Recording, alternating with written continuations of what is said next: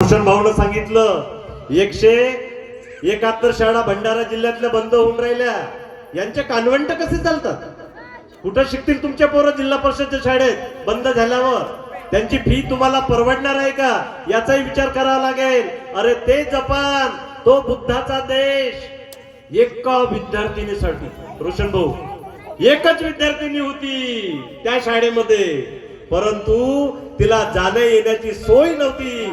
Japan सरकारने काय केलं, एका पोरीसाठी वर्षभर ट्रेन चालवली. वर्षभर एका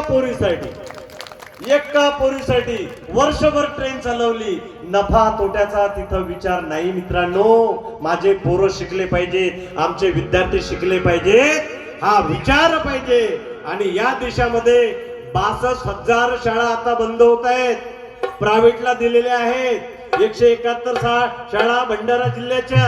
म्हणून तुमच्या SC ST OBC साठी महाबोधी विहाराचा प्रश्न असो, दीक्षाभूमीचा प्रश्न असो, तुमचा क्रीमी लेअरचा प्रश्न असो, त्याच्यानंतर ते आपलं काय लागलं होतं ते एक सारे प्रश्न जर आज कोण मांडत असेल तर तुम्हाला माहित असेल, फक्त एकच खासदार आहे नगिन्याचा, भाई चंद्रशेखर आझाद, एकच खासदार आहे. आणि म्हणून नितेश गानार यांच्या माध्यमातून या ठिकाणी तुमच्या गावामध्ये पण टीम झालेली आहे आझाद समाज पार्टीची. याच्यामध्ये ज्ञानेश्वर चव्हाण सर मार्गदर्शक आहेत, आविष्कार मेश्राम अध्यक्ष आहे आणि खाली पूर्ण कार्यकारिणी आहे. अंकित रामटेके, आकाश चव्हाण, स्वप्नील चव्हाण, सोनू मेश्राम, आदित्य डोंगरे, प्रशिक चव्हाण, हिमांशु गरडे, बादल चव्हाण, अजित गजबे, सुशील चव्हाण, पक्षमान मेश्राम, प्रफुल्ल चव्हाण, पियुष चव्हाण, अभिजित चव्हाण, उमेश चव्हाण. इथून काहीतरी सुटलंय. 2 लेडीज होत्या, त्यांचे नाव लिहिले होते मी. त्यांचे नाव सोडले या माणसांनी. माणसं कुठे चालूची? पहिले खुर्ची द्यायला पाहिजे. सोडलं इथं त्यांनी 2 नाव सोडले बायांचे. कोणत्या? हातवरती करा. मी नाव लिहिलं होतं त्यांचं इथं बसल्यानंतर. कोणीतरी बाया आहेत 2 इथं उपस्थित नसतील कदाचित. आणि म्हणून मित्रांनो, हा सुंदर गाव आहे, सुंदर गाव आहे. गुंजे कोणते गुंजे, खाचे गुंजे नाही बरं, खाचे. जोरदार टाळ्या गुंजेपारच्या नावानं. आणि म्हणून श्रमावर तुझ्या घामा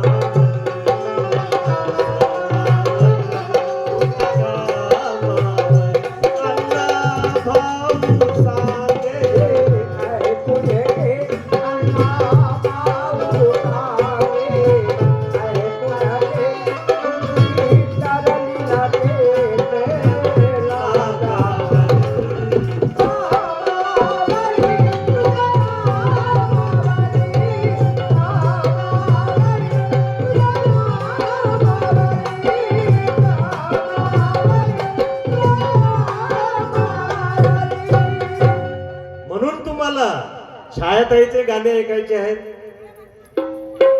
सिंगरच आहे ती. तिची छोटीशी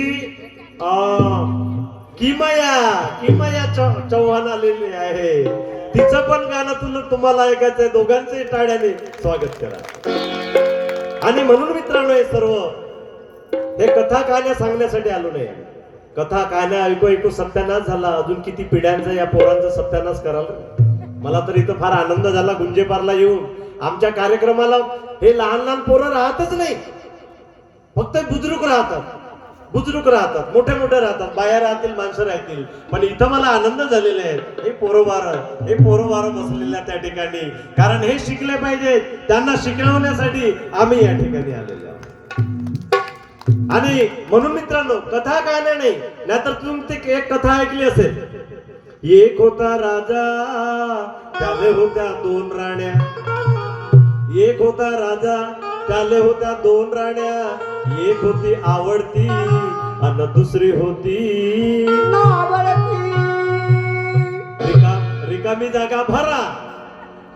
उलटी कथा ऐकली का मावले तुम्ही? उलटी कथा ऐकली आहे का? उलटी म्हणजे कशी? एक होती राणी, तिला होते 2 राजे. एक होती राणी, तिला होते 2 राजे. एक होता आवडता आणि दुसरा होता नावडता. असे ऐकले का तुम्ही?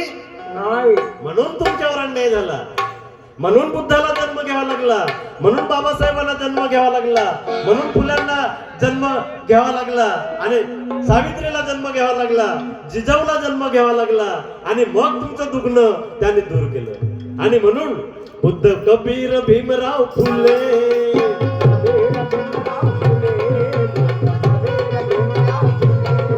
या धरतीवर जन्मले.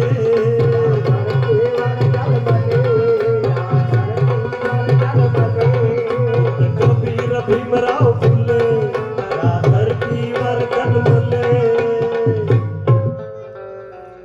याची पुढची ओळ लाईन कोण भरेल सांगा बरं, हात वरती करा. व्हेरी गुड, वा वा.